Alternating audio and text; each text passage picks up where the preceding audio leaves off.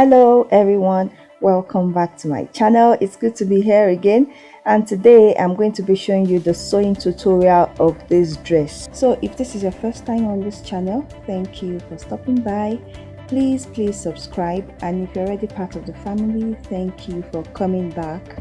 So guys, let's get to the tutorial. Looking at the layout that I have on the table, I've already used the pattern to cut out the fabric, and I have included seam allowances all around the pattern. So looking at the zipper area too, you see that part?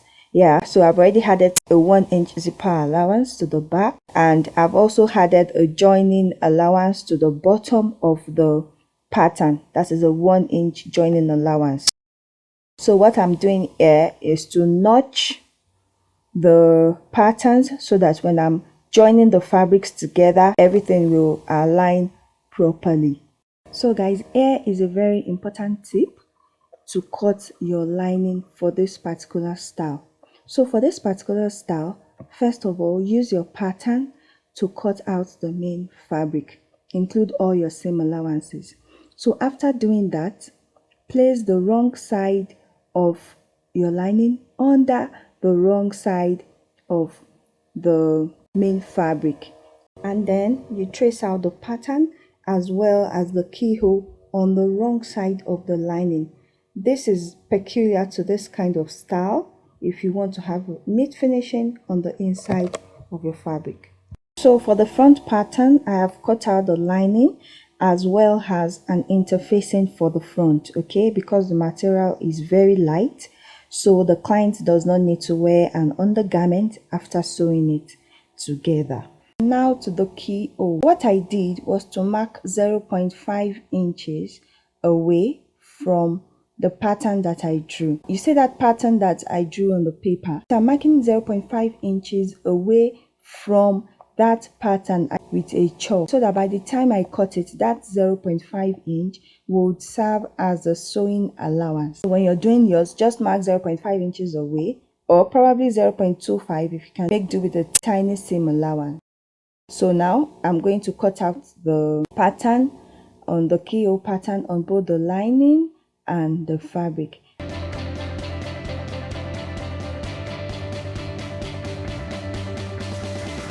So now let's join the front and the back pieces together. The interfacing will be sewn with the main fabric as one piece, and then the lining will be sewn as another piece, as a separate piece. So what I'm doing here is to put the interfacing under the main fabric. I'm using a pin to hold it, all right, so that it doesn't move. So I'm going to do that for the 3 patterns of the front, and after that I am going to join the front pieces together. So to start sewing, I'm going to place the right side of one part on the other side, just like this, and then I'll ensure that the notches match. Then I will join with a 0.5 inch seam allowance that I left while cutting the fabric. After doing that, I'm going to do the other side just like this, all right, and then I'm going to join the lining as well, right side facing right side. So now that I have joined the separate pieces together this way, the next thing that I am going to do is to trim the excess that I have at that part because of the interfacing. You know, the interfacing that I used is thick, and I don't want it to be bulky at the other hand, right? So I am just going to trim the excess this way. So after doing that, I am going to notch the seam allowances. You know, it is a curved area, so that by the time I iron it, it is going to lay flat on the body and it's not going to be bulky at the front at all. So the next thing that I am going to do is to join the fabric together at the shoulder. So I'm going to do the same thing for the lining, the front pattern to the back pattern at the shoulder only. So after joining both the fabric and the lining together at the shoulder, I have placed the right side of the lining on the right side of the main fabric. So the next thing we are going to do is to join the lining together with the main fabric at the neckline, all right, from the front to the back, and then at the armhole. So this other material that we left aside initially, we're also going to join it at the top part with a 0.5 inch seam allowance. Leave the sides, just join it at the armhole, the top part, and then you notch it all around just this way.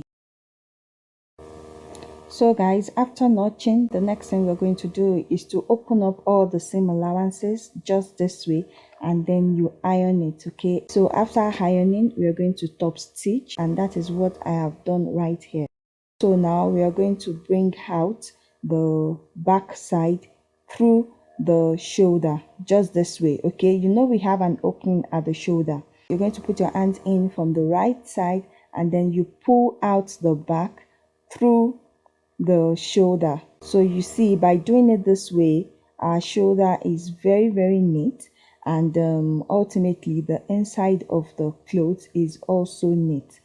So after ironing everything, this is what it looks like. The next thing that we are going to do is to join it together at the side. So I placed the back pattern on the front pattern this way, and then I separated the lining and the main fabric, and then I ensure that everything aligns. All right, and then I'm going to sew with the 1 inch seam allowance from the main fabric to the lining. So that is what I'm going to do on the other side as well.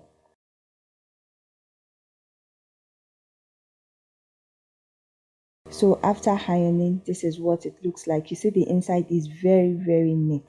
All right, so this is what your client actually expects from you, and if you're making this for yourself, that is good. So now we are going to concentrate on the keyhole, because we have to close it and we cannot leave it this way. So now to the keyhole.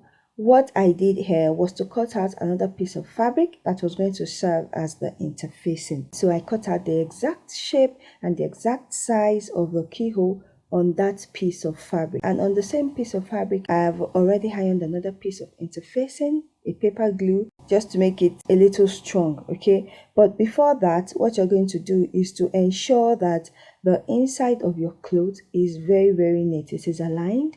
All right, it is aligned at the top and at the bottom. So here I was just using pins to ensure that I will not have any form of excesses or roughness on the inside after sewing the interfacing on the keyhole part. So here what I'm doing is just to pin it down, so that is going to serve as a guideline for me when I start to sew. So after pinning it down, what I'm going to do is to sew with a 0.5 inch or a 0.25 inch allowance. It depends on what you left while you were cutting it. And then after doing that, I'm going to notch it around. After notching it, I'll top stitch, and then I'll flip it over. So after flipping it over, I realized that the interfacing was actually too wide. So I decided to trim it just to make it a little slim and more appropriate. So to finish the keyhole, if you have a hemming glue, you can just use a hemming glue, put it under the interfacing, and then you iron it so it can stay in place.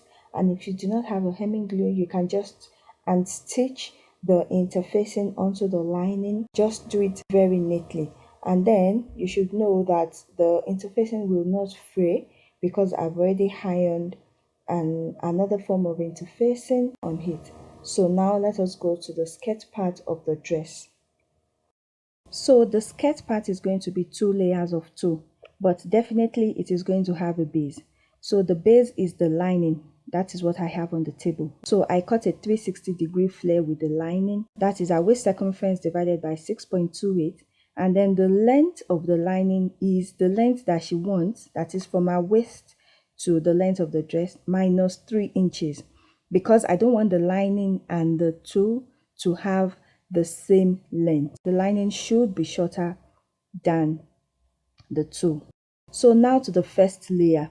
The first layer is a satin. So I cut the satin also to have the same radius as the lining, because it is going to be attached to the waist of the dress. I hope you understand.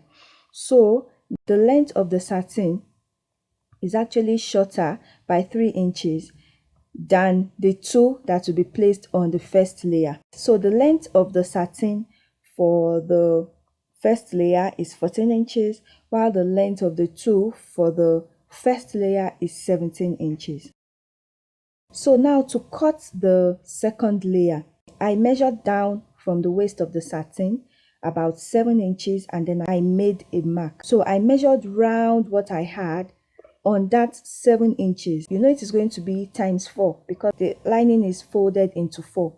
So what I had there times 4 divided by 6.28 would give me the radius. So I cut a 360-degree flare as well for that part. I hope you understand. So I have also cut out the 2 for that part, and that is what I have here, and I've gathered it. So I'll be attaching the 2 this way, the 2 and the satin, I'll be attaching it this way, so that by the time I fold it over, it will puff up. You know, we want that puffy effect, right? It is going to puff up, and it is going to give the skirt part more volume. So let me explain in more details. This is the first layer. This is the satin for the first layer, and this is the 2 for the first layer as well. All right, so I've already gathered it. So I'll be sewing these 2 to the top part, but I did not end up using the satin for the first layer because it was going to press down the 2 for the second layer. You know, it is going to be on top of it. So now for the second layer, I cut out a 360-degree flare using the radius that I had there, okay, and then I cut out a 2 as well, and I have gathered it. So this is going to be my second layer. So this is how I am going to place it eventually. So first I am going to sew the second layer to the lining, all right, and then I'm going to sew the first layer later. So here, that is what I have done. So this is what the inside looks like. You see it is neat. If you like, you can add an extra layer of lining just to cover up that puffy part. If you like, you can add an extra layer of lining, all right, but for me this is fine. So the last thing I'm going to do is to join the bodies, which we have already prepared. So I'm going to join the bodies to the skirt part, and then I am going to add the zipper. So guys, this is the result of the dress that we have just made. So I hope you like it, and I hope you understand the tutorial. Like I always say, if you have any questions, please don't hesitate to ask because I'm going to answer you. So thank you very much for watching this tutorial. If it has been helpful, please drop your comments, like, share with others, alright, and please subscribe if you have not. Thank you very much for watching. Till we see you again, take care of yourself. Bye.